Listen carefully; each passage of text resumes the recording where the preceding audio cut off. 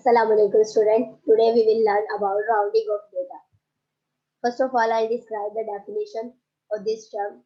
To round off means to reduce a number to the desired significant figure.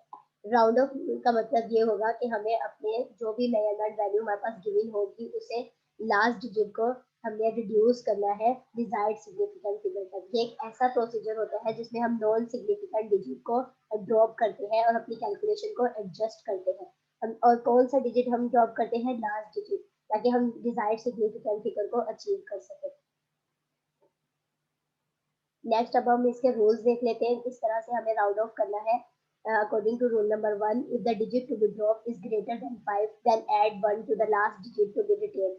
अगर हमारे पास given digit जो है, given value में हमारे पास लास्ट डिजिट ग्रेटर देन 5 होगा, तो फिर हम जो है उसे ड्रॉप आउट कर देंगे और ड्रॉप आउट करने के बाद नेक्स्ट वन में हमें 1 ऐड करना है।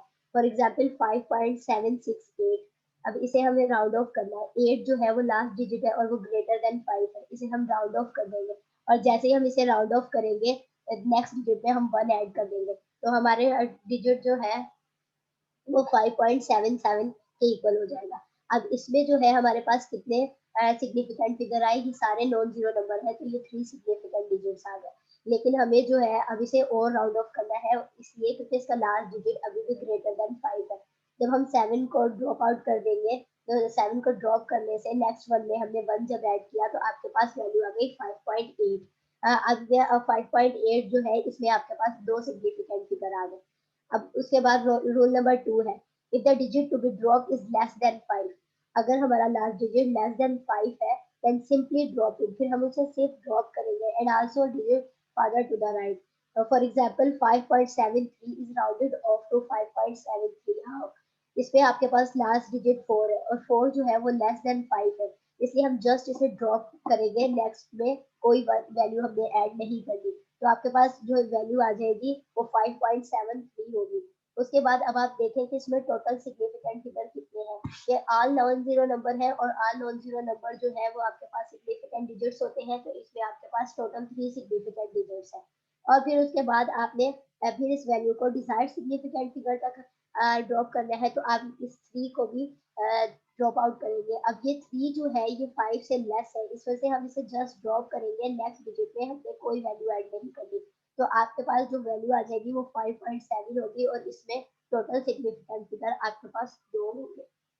According to rule number 3, if the digit to be drop is exactly 5, अगर हमने जो है लास्ट डिजिट में ये देखा कि आपके पास एग्जैक्टली 5 प्रेजेंट है, देन 2 पॉसिबल सिचुएशन अराइजेस, तो फिर आपके पास 2 पॉसिबल सिचुएशन होगी, एक इवन वाली केस आएगा और एक आपके पास ओड केस आएगा।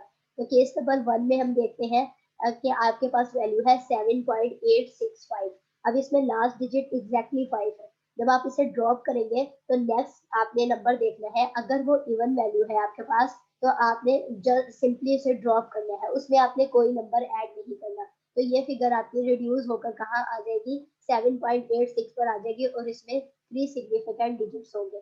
फिर हम केस 2 डिस्कस करते हैं। अब केस 2 जो है वो ओड केस है, इसमें आपके पास वैल्यू है 6.75। पहले आपने देखा कि आपके पास एग्जैक्टली 5 है, अब आप इस 5 को ड्रॉप करेंगे, देन आपने ये भी नोटिस करना है कि 5 के से बिफोर आपके पास कौन सा डिजिट प्रेजेंट है। अब आपके पास 5 से बिफोर ओड नंबर प्रेजेंट है, इसलिए जैसे ही आप 5 को ड्रॉप करेंगे तो आपने उस ओड नंबर में 1 ऐड करना है, तो आपके पास वैल्यू 6.75 से राउंड ऑफ होकर के आ जाएगी 6.8। अब आप इसमें ये नोटिस करें कि कितने सिग्निफिकेंट डिजिट्स है, तो इसमें भी 2 नॉन जीरो नंबर है, इसलिए 2 सिग्निफिकेंट डिजिट होंगे आपके पास। Thank you students.